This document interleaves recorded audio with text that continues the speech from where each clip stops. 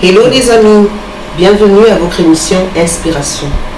Une fois de plus, aujourd'hui nous avons l'honneur, la chance de recevoir une personne qui, à travers son parcours de vie, nous donne l'espoir que demain peut être meilleur pour chacun d'entre nous. Aujourd'hui, nous avons l'honneur de recevoir un chef, un roi. Nous avons aujourd'hui comme invité Sa Majesté Mbok Belel. Alors, Majesté, est-ce que je peux me permettre de vous demander de vous présenter, de dire à nos téléspectateurs qui est-ce que vous êtes? C'est avec un réel plaisir. Je suis Sa Majesté Mbok Belel, Sala Pinjami Sumbe Nyon Kongwam Eyabe Telep Wasordje Bamakuma Makuma Mangana Gana Djoul Tumbatore jusqu'à Ngorlitoba. Je suis chef traditionnel du 3e degré du village d'Otelep Bilongue et en même temps un pétran Mbombok. Merci pour cette présentation, c'est assez impressionnant. Il y avait plusieurs noms alignés. Est-ce que ce sont vos noms ou alors ce sont les noms qui représentent tous ceux qui sont passés avant vous sur cette terre? Pourquoi, quand vous présentez, vous donnez tous ces noms? Non, j'ai voulu tout simplement décliner ma généalogie. Donc là, il s'agit de mes ancêtres.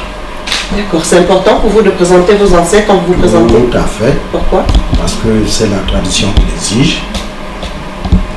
Qu'un notable, un homme, un chef traditionnel doit décliner sa généalogie. Et puis j'ai voulu vous faire grâce parce que j'aurais dû aussi parler du côté maternel. Ah bon? Parce qu'en plus vous devez dire le côté paternel et le côté maternel aussi. Voilà, et puis je vais rattraper ce petit retard.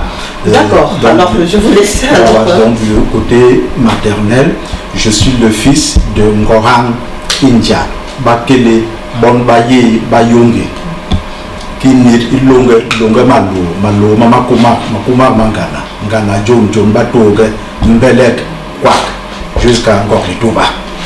Là, c'est clair, tout le monde peut se retrouver. Si jamais il y a quelqu'un qui est dans la même lignée que vous, il peut facilement se retrouver. Alors, je vais préciser à nos téléspectateurs que le village Bilongue se trouve au Cameroun. Dans quelle province? C'est le littoral. D'accord. Du département de la Sanara Maritime, arrondissement de Ngambé, et donc Ngambé qui est le chef-lieu, et Bilongue est à 30 km de Ngambé, vers le nord. Alors aujourd'hui, notre émission se tourne très loin de Bilongue. Nous sommes à plus de 6000 km de Bilongue. Tout à fait. Comment est-ce que Sa Majesté arrive à gérer toute sa chefferie étant à 6000 km? Est-ce que c'est possible ça? C'est très possible, tout simplement parce que l'article 6 de la loi du 15 juillet 1997 portant sur la réorganisation des chefferies traditionnelles prévoit de donner cette possibilité aux chefs traditionnels de trouver un représentant au sein du conseil des notables. Donc en fait, ça veut dire que Sa Majesté vit très loin de Bilongue, mais Sa Majesté est très bien représentée à Bilongue. Tout à fait, puisque Sa Majesté fait des voyages au Cameroun au moins 6 fois par an. Ah ouais, assez régulièrement quand même. Assez régulièrement. Et cela vous permet d'avoir la bonne température sur la vie du village. Tout à fait, et éventuellement régler certains litiges en ma présence.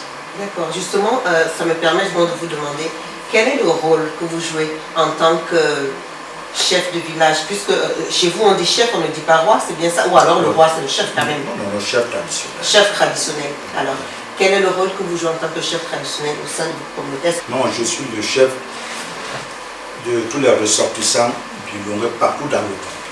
D'accord. Et vous êtes également un pécran Mbombo.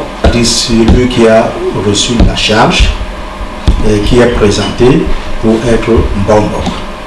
Et en ce moment, je suis en train de parfaire mon initiation. Et comme dans la tradition, dans le Mbok-Bassa, il y a 3 confréries. Chez les Babili, c'est c'est la confrérie Bibang. Côté de Nyong et Kele, on a là du moins deux confréries. La confrérie Kodanton ou la confrérie et la confrérie Mabouille. Est-ce que sans vouloir dévoiler des secrets, est-ce que je peux savoir dans quelle confrérie vous êtes en train de faire ici? Bord Bibang, c'est-à-dire la confrérie Bibang. Bibang, c'est quoi? Si on doit traduire ça dans une langue accessible à tout notre public, ça veut dire quoi, Bibang? Ouais, Bibang, c'est-à-dire ceux qui ont des reliques, tout comme on peut les retrouver dans la confrérie Mabouille, c'est-à-dire Bord Mabouille, du côté de Nyong et Kele. Il faut avoir ces reliques. Et ces gens-là sont appelés à être aussi des pratiques des praticiens. Exactement, c'est ça. Cela fait bientôt une trentaine d'années que Sa Majesté Mbok Belel Bissala Ndjami vit en Occident et 30 ans en Occident. Et en 2013, si je ne me trompe pas, vous êtes devenu chef traditionnel 3e degré du village Bilongue. Comment est-ce qu'on fait? Quel est votre parcours? Comment est-ce que vous en êtes arrivé à être chef traditionnel alors que vous avez toujours eu une vie, moderne, assez occidentalisée? Comment vous êtes retrouvé dans cette situation?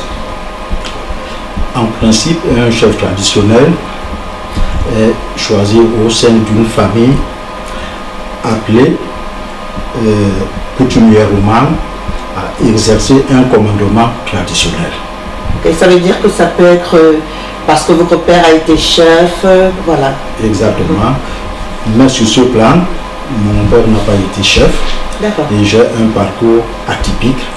Et l'article 4 et 8 de la loi du 15 juillet 1997 prévoit des dérogations pouvant conduire du moins un roturier on va dire en cas de latence de pouvoir.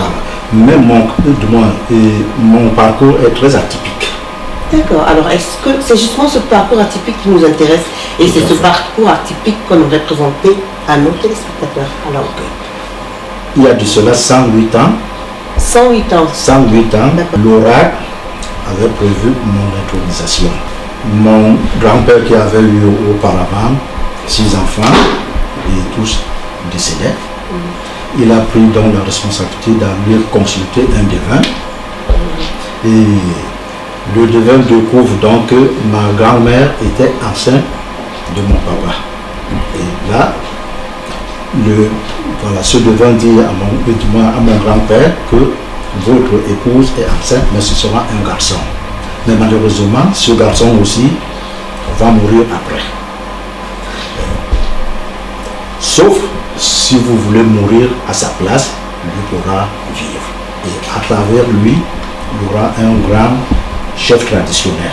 Tout ceci s'est passé en 1908. En 1908. D'accord. Et il faut avouer que mon père a eu 9 ou 10 enfants. Et je suis le 8e. Lui-même n'a pas vu cet événement. D'accord. De mon autorisation. D'accord. En fait, on va dire, vous allez m'arrêter si je me trompe. Ouais. Votre légitimité à être chef n'a pas été parce que votre père a été chef, mais ça a été une conséquence, on va dire... un peu mystique. Ça a été mystique, voilà, d'une prévision. Et dans votre famille, on a toujours cru que ce serait vous l'enfant qui avait été désigné par l'oracle pour être chef. Non, pas du tout. Pas du tout. Bon. Notre chef, c'est-à-dire mon prédécesseur, mourant, j'étais sur place au village. D'accord. Je l'ai enterré. Et dans sa lignée, il y a beaucoup de garçons. Oui. Donc, oui. Moi je suis reparti en Europe. Un an après, l'autorité administrative a exigé que le village présente un autre chef. Voilà, ce petit conseil des notables ayant siégé ont proposé mon nom. Ils ont proposé votre nom? Mon nom. Et même la famille régnante, et voilà, était de cet avis. Et c'est comme ça que la prédiction de l'oracle, il y a 100 ans, s'est réalisée. Exactement. D'accord. Et aujourd'hui, vous êtes un Pécran Bombok. Est-ce que c'est à cause de, on va dire, de votre parcours et de cette prédiction qu'aujourd'hui vous avez voulu aussi vous mettre sur le chemin? Avant de dire que vous êtes Bombok, c'est quoi un Bombok d'abord? Un Bombok, c'est un guide, c'est un patriarche. Donc, dans certaines confréries, c'est un grand prêtre. Un grand prêtre, d'accord. On peut dire que c'est un prêtre. C'est quoi la religion? Si c'est un prêtre, ça veut dire qu'il y a une religion ou une spiritualité peut-être? Oui, c'est une spiritualité, mais là, il s'agit d'une autre confrérie. D'accord. De Coranton, c'est-à-dire la confrérie ou Coranton. D'accord. Voilà, ça c'est du côté Nyon et Kélé. C'est très compliqué à comprendre tout ça. Je suis désolée, mais il faudrait que mes amis puissent comprendre exactement de quoi on parle. Quand vous me parlez de confrérie, de spiritualité, de corps, vous appelez comment? Coranton. Comment est-ce qu'on peut expliquer? Parlons plutôt des Bibans. D'accord, mais comment est-ce qu'on peut expliquer ça clairement à un enfant de 5 ans qui aujourd'hui vient vers vous et vous dit quel est votre rôle dans la société, c'est quoi un Bombok? Vous êtes Bombok, vous êtes chef, à quoi il sert le Bombok aujourd'hui? En tant qu'impliquant Bombok, est-ce que vous pouvez nous dire à quoi sert le Bombok? Surtout quand on sait que la jeunesse aujourd'hui a plutôt le regard tourné vers d'autres spiritualités. C'est quoi un Bombok? Un Bombok, c'est lui qui est appelé à conduire son peuple. Vers quoi? Sur tous les plans sociaux. D'accord. D'accord. Bon, mais malheureusement, avec l'avènement de la colonisation, le Bombok n'a plus sa place au sein de la famille Bassa. D'accord. Bon, et à côté, ils ont instauré le rôle des chefs traditionnels.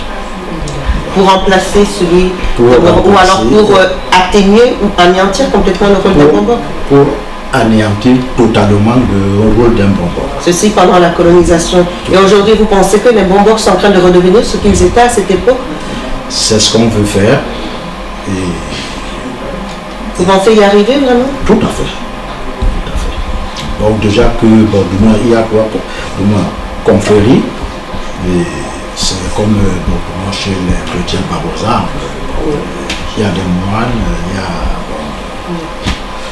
Mais on va y aller. D'accord. Vous êtes de la confrérie, vous êtes un Pécran Bombok pour la confrérie des Bibans. Voilà, Bibans. Ceux-là... C'est quoi les Bibans? C'est quoi? C'est-à-dire ils détiennent beaucoup de reliques. C'est-à-dire des ossements humains? Il y en a. Ils déterrent les gens pour avoir ces reliques? Non, pas du tout. D'où viennent ces reliques alors? Plus précisément, c'est à la mort d'un Bombok, on retient certaines reliques, telles que les dents par exemple. Pourquoi? Je suis curieuse, je sais bien que vous êtes dans le grand secret, mais moi, il faut que j'explique à mes amis ce que c'est. Pourquoi garder les dents d'un cadavre, les cheveux ou je sais pas quoi? À quoi ça sert tout ça? Beaucoup de choses. C'est-à-dire, quelle chose? Je suis curieuse, moi. Non, à ce niveau, moi j'aimerais être un peu discret. Ah bon? Oui. Mais s'il y a des secrets dans le Bombok, comment est-ce que vous allez donc aider les jeunes, la société, si vous faites autant de secrets autour de ce que vous êtes et que vous mettez des barrières avec les jeunes? Comment est-ce que vous allez... Il n'y a pas de barrière, mais il faudrait que ces jeunes viennent auprès de Bombok pour se faire initier. Ah d'accord. On va se faire initier à quelque chose qu'on ne connaît pas? Non, mais ouvrez-vous, non mais ouvrez-vous, dites aux jeunes. Parce que vous n'êtes pas... Non, attendez, je me permets quand même, dites aux jeunes, vous n'avez pas demandé à un jeune, je ne sais pas, à partir de quel âge fait ton initiation? On peut commencer à faire son initiation dès le bas âge. D'accord, dès le bas âge en plus, donc c'est sûrement à quelqu'un qui est ignorant de ce que c'est que son avenir. Plus souvent, c'est le devin qui choisit. Le devin qui choisit en plus, c'est très aléatoire tout ça. Donc vous allez demander à quelqu'un, je vais prendre quand même à un âge réfléchi, à quelqu'un de 19 ans, de venir se faire initier, alors que jusqu'à 19 ans, il ne sait pas de quoi il s'agit. Il y a tellement de mystères, tellement de barrières. Comment vouloir se faire initier à quelque chose qu'on ne connaît pas? Non, il n'y a pas de mystère ni de barrière. Il y a quoi? Comment vous appelez ça? Le postulant qui est à côté d'un bon boc commence à se faire initier dès le bas âge, c'est-à-dire tout en regardant, il assiste. Et voilà, c'est comme ça. D'accord, je ne vais pas insister parce que je crois que je ne vais rien. Vous allez rien me dire, ça ne vaut pas la peine que j'insiste. Oui, justement, alors. Parce que parler de ces reliques. Impossible. D'accord. Parce qu'il y a beaucoup de reliques.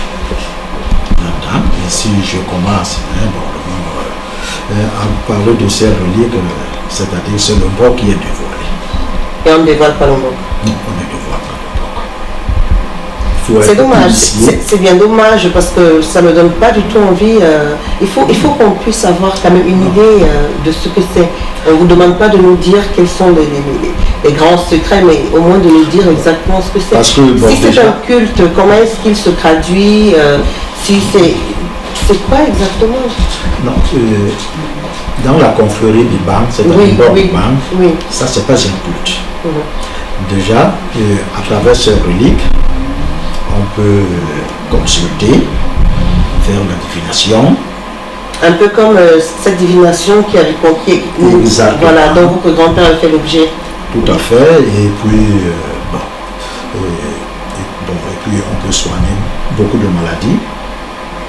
D'accord, mais je dois vous avouer que moi, si je suis malade, je dois vous avouer que je préfère avoir d'abord le diagnostic d'un médecin. Hein. Là, je suis sûre au monde qu'il y aura les... Parce que là, je ne veux pas aller vers vous alors que... Sauf que par vous exemple, ne me dites pas réellement... j'ai déjà donné... Bon, en fait, disons que le mot est très fort. J'ai déjà soigné au moins 6 femmes ici en France, plus précisément, qui ont accouché. Non. Tout à fait. Et alors que ces femmes ont fait beaucoup d'hôpitaux ici. Donc vous voulez dire qu'il y a des femmes qui étaient sujettes à, on va dire de la stérilité, hein, voilà, ou puis à travers vos soins, elles ont réussi à avoir ce bonheur. Tout à fait. Et il y a une jeune fille, c'était l'année dernière, elle ne concevait pas, je l'ai soignée, et elle a conçu, mais malheureusement, l'enfant est sorti en mer. Donc, par exemple, je soigne beaucoup d'autres petites maladies, telles que l'hépatite A, par exemple. Ce n'est pas toujours une suite de raisonnement, on va dire logique, mais le traitement, les soins que vous apportez à ceux qui viennent vers vous ne sont peut-être pas logiques, mais ils sont quand même efficaces, c'est ça? Tout à fait, tout à fait. Et puis, c'est pas une conjecture, plus il y a des preuves. Ah oui, en plus il y a des preuves, c'est ça, en plus il y a des preuves. Notre projet, à l'échelle départementale, parce que c'est un projet agro-industriel où on me demande plus de 50 000 hectares. D'accord. Donc vous imaginez, voilà. Ah oui. Et les discussions sont en cours et la première mouture, voilà, d'un protocole d'accord est déjà prête. Et bon, il suffit seulement de la corriger et voilà, de descendre au Cameroun pour discuter avec les chefs traditionnels. Mais déjà, dans l'arrondissement de Gambé, tous les chefs traditionnels sont au courant et ils attendent comme un pied ferme. Même si, bon, je n'ai pas fait grand chose, mais force est de constater que c'est depuis que je suis... C'est cette chef qui a de l'électricité dans le village. Voilà. Et ça, vous appelez ça pas grand chose?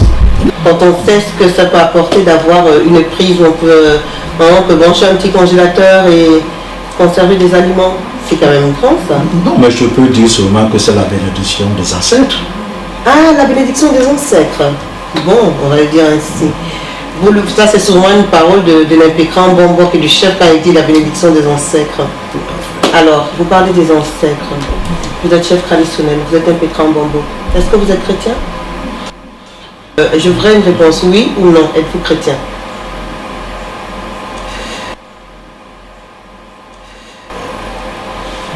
J'étais chrétien, mais je ne suis plus chrétien à 100%.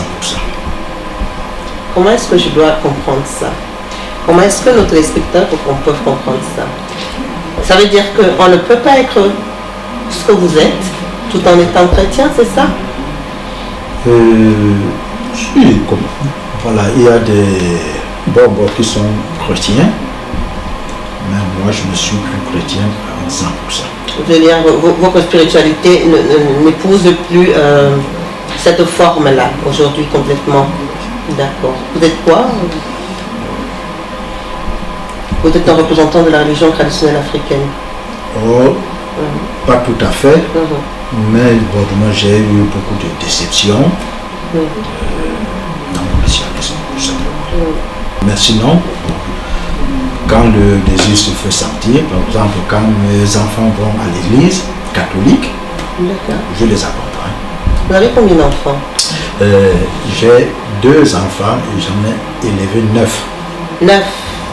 C'est-à-dire mes neveux, les enfants de mes cousins et voilà, du côté de ma belle famille aussi. Et oui, c'est important, un chef doit être bien entouré aussi, c'est normal, il faut du monde à la cour. Voilà, et élevé 9. Et le tout dernier, la toute dernière, c'est ma fille Dorothée, qui est aujourd'hui directrice commerciale, a fait son doctorat en économie. Waouh! Vous allez en être très fier alors. Tout à fait. Donc, on peut dire, Dorothée, papa, il est très fier de toi. Je ne peux pas terminer sans vous poser la question que je pose à tout le monde. Dans la vie, il arrive que l'on soit amené à faire des choix. Prendre une direction ou une autre. Choisir de ce qu'on doit être aujourd'hui ou de ce qu'on doit être demain. Choisir avec qui on doit être ou avec qui on ne doit pas être. Il y a toujours un moment dans la vie où il faut choisir soit A, soit B. Parce qu'on ne peut pas tout avoir, malheureusement. Dans votre vie à vous, lorsque vous devez faire des choix, lorsque vous avez un choix important à prendre, une décision importante à prendre, sur quoi vous appuyez-vous pour faire ce choix? Qu'est-ce qui vous guide pour faire ce choix? Le plus souvent, ce sont mes ancêtres. Vos ancêtres? Ce sont mes ancêtres. Et c'est presque héréditaire dans ma famille. Mon grand-père maternel qui était Mbongo, et maman a hérité. Quand il y a un problème, la nuit, on reçoit des messagers. La nuit? La nuit. Pourquoi seulement la nuit? C'est le plus souvent du moins la période la plus calme. D'accord. Ouais. Et après avoir bien médité, on reçoit ces réponses. Et à côté, j'ai une épouse qui est ma première conseillère. Oui. Et elle m'aide beaucoup et elle me guide aussi. D'accord. Merci de parler de votre épouse parce que cela nous permet de parler de... Moi, je n'aime pas dire que derrière chaque grand homme, il y a une grande femme. Non, elle n'est pas derrière, elle est à côté, comme vous avez dit. Alors, est-ce que vous pouvez nous parler un peu de la reine? Juste 2 petits mots. Oui. Si vous aviez à dire quelque chose sur elle, qu'est-ce que vous direz? La reine, je la considère déjà comme ma mère. Oh oui, c'est magnifique d'entendre ça. Oui. Et je l'ai connue, par contre, moi, comme ça de visu. Oui. Elle n'avait que 16 ans. Ah oui. Et elle m'a dit, si tu veux, je serai ton épouse. Wow. Mais à condition d'être sérieux. Et 4 ans après, oui, on s'est retrouvé ici en France. Oui. Et avec toute sa fraîcheur. Elle est magnifique en plus. Voilà. Et elle est aussi l'arrière-petite-fille d'un grand bonbon. D'accord. Voilà. Donc elle est ma première conseillère. Oui. C'est vers elle, quand j'ai un problème aussi, elle me produit quelques conseils. Il ne faut pas faire ceci, il faut faire cela. Oui. Et elle est très éclairée. Magnifique ça. C'est vraiment formidable d'entendre. C'est magnifique. Et donc ça fait 33 ans qu'on est mariés. 33 ans. Oui. C'est dommage que le thème de l'émission ne soit pas le secret du mariage. Je vous aurais demandé comment on fait pour tenir 33 ans. Non, d'accord, bien. Ah ouais, sans séparation. Formidable. Et c'est elle qui a élevé les 9 gosses. Formidable. Alors, si vous avez un dernier mot à dire dans votre langue, un dernier mot pour les populations de Bilongué, qu'est-ce que vous leur direz à votre peuple à Bilongué? Pour la population de Bilongué, mais coupe de maïra, donc le Bissaï, alors le Bambok. Mais il m'a dit, donc l'équipe vient, m'a dit l'inspiration, bon, bana, bantime occasion, alors bantime gel, le même pour le et que ça arrive à bon, pour qu'on ait ballon, et nous, l'on bassa, yosona, et nous, l'on et Cameroun, les deux côtés de le sou, de Boum Ganda, et bon. Le homme est réuni, et bon, on peut le faire bien. Dit, il y a un négé, à le lombi, la atibé mboué, le bon bébé kay, on peut tibé maïga, il faut wasona, baniena, il s'en ou ballon, il le saï, wasona. Alors les amis, comme vous l'avez écouté, Sa Majesté, parce qu'il faut l'appeler ainsi, hein, Sa Majesté nous a donné des bénédictions, et comme vous avez pu le voir à la traduction, il a dit plusieurs paroles pour son peuple à Bilongué. À nous revoir dans quelques jours. Notre prochaine invitée est une très belle surprise. C'est une femme qui a une voix exceptionnelle et qui a un parcours musical que nous avons hâte de vous faire découvrir. Le prochain invité, ce sera Patricia Esson, une merveille à découvrir. Alors, à très bientôt les amis. Au revoir.